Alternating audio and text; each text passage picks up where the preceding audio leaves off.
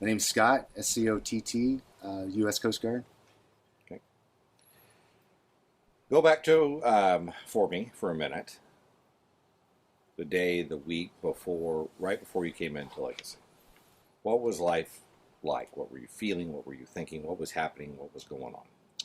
Well, I got out of prison August 3rd of 2019, and, no, 2020, and had no direction.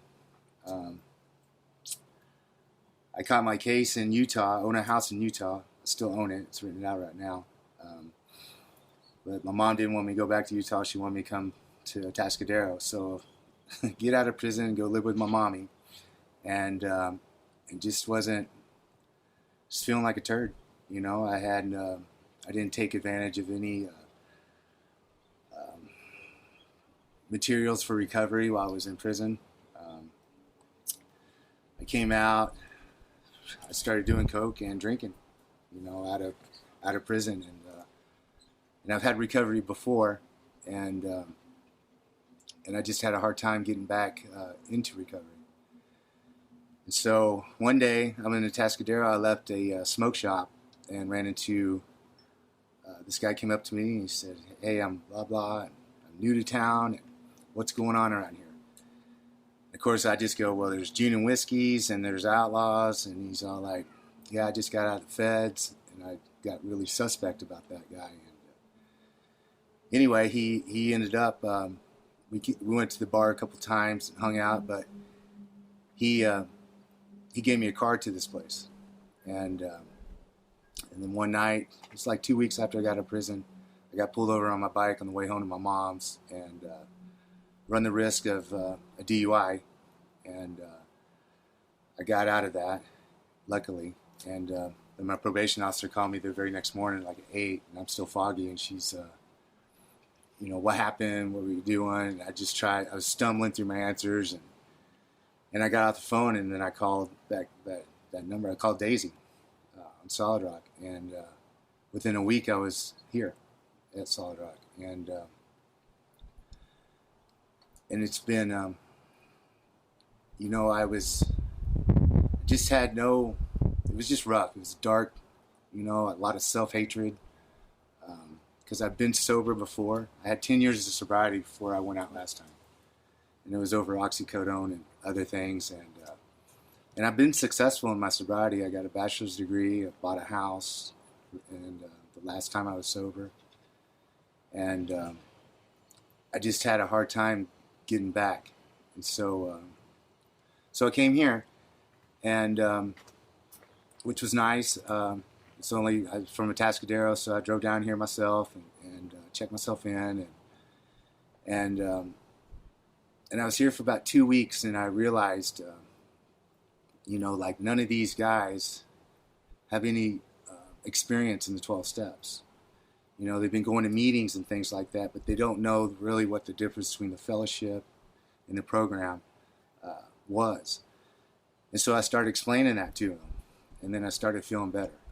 And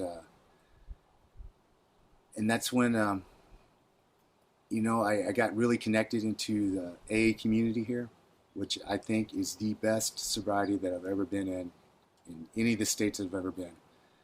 And the diversity of the meetings, you know, we go to Men's Stag on Sunday mornings now, the bonfire meetings, you know, the Saturday Night Live meetings, and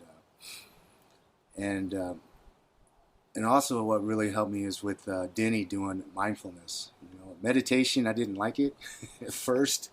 I go straight to sleep every time, and but the exercise really is to combat those negative thoughts and have some new ones, and I'm really aware of my thoughts, because you know my thoughts lead to behavior, and so during this time I was here for 80 days. I guess I was the first one to get extended like 60 days right off the get, and because I have a track record. I went to active duty. I was in inpatient and active duty when I was 23. So this is my 4th sobriety date since I've been 23 years old, and the program here, you know, we used to only go to the gym for 45 minutes, and I got that to an hour, and that's been a real. I do the same things that I do when I do here. I do, at home. I go to the gym every morning. I go to a meeting every day. I work my steps. I talk to my sponsor, and I try to be of service. And the foundation that I got here, and just the area is so, it's amazing. I think Central Coast has the best sobriety ever. The A community is just fantastic. And I do those things, and it's like God just takes care of all the other stuff, and I believe in this program so much is, I like being with the veterans, I like being in recovery. I like how their demeanor is. It's not, you talk straight, and there's no like finesse, that you don't have to do out in the community. I think you do, but here it's just, I show them what I've done here, and I had the privilege to come back and work here. And it's, like talk about, I had no purpose to tons of purpose.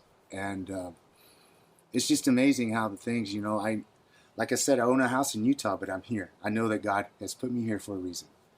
And to be of service to I don't want anybody to feel the way that I did when I left prison, and that pitiful, incomprehensible demoralization, and just feeling like a turd, and just the self-hatred and the self-defeating behaviors that I don't know. It's just hard. It's everybody else can see it, but when you're in it, it's really hard to get out of it. And so, just doing what I was taught here, it's just changed my life. I love being here. I love to come to work. I love connecting to these guys, especially when they're new, and they just don't know, and trying to give them some hope. Just, hey, let's go work out. Let's get it, all that negative energy out. Or we go surfing on Tuesdays. It's so fun to see how I'm not going surfing, to talk them into it, and then they have the best day of their life. And I don't know how many times I've been out there in the ocean and said, it's a good day to be sober, huh? And my heart just is so full, to be able to do that to somebody. And I think that's, all this, the crap that I've been through, and all the trials and tribulations and the prison, and I've been convicted of 3 felonies, and I'm here. And, and I'm not going to waste this opportunity. I know that I'm here for that reason. It's to help another veteran or another alcoholic, to have some kind of freedom in life. Instead of surviving life and just being loaded or drunk, and just, there's nothing that's this jail's institution or death. And I've done them all, almost died this last time. I got out of prison that one day and wrecked my bike and got a DUI within 12 hours when I got out. And I just can't ignore those. God has put me here for a reason. It's amazing. My story is really colorful, and I don't take it for granted. I used to, like I said, when I sobriety before, I didn't have much humility. I look what I'm doing. I bought me a house now. I got my degree. I got toys, and, I didn't, it's just me. Today, like I said, I know that I'm here for a reason, and it's for God, and in the house that I live in, I have a beautiful girlfriend now, and our relationship is amazing, and it all started here. I tell all these guys, it's 2 weeks, man, just give me 2 weeks, no matter what. Show up to that gym, go to work or group on time, give it your 100%. Every time when they come to like if they're new to AA, raise your hand. That's one thing that I really didn't do last time my sobriety. I rose my hand and said, hey, I'm out of prison, struggling, and like I said, the AA community right here, they just coddle you, and just, it's amazing. The Serenity group, that they saved my life. We used to go there 3 days a week, and that's my home group now. As a matter of fact, I live like 5 blocks from there, and that's what doing these things. I mean, it's funny. I was stressed about it, but if I just do those 4 or 5 things every day, God just lays it right out for me. And it's a 1 day at a time program, but it's every day. I got to be reminded of who I am, what I'm doing, you know, because I've done that before. I make an excuse one day, don't go, and then it's another excuse the next day, and then I'm starting to blame people for my thoughts and actions. And today it's not like that, you know. It's I got a beautiful life. I never would have dreamt that I would have been here, in you know, in Napomo or living in Grover Beach. That was not part of my plan at all. You know, I wanted to leave prison and go back to Texas. That's where I'm from, but God didn't have that. You know, that wasn't the plan. So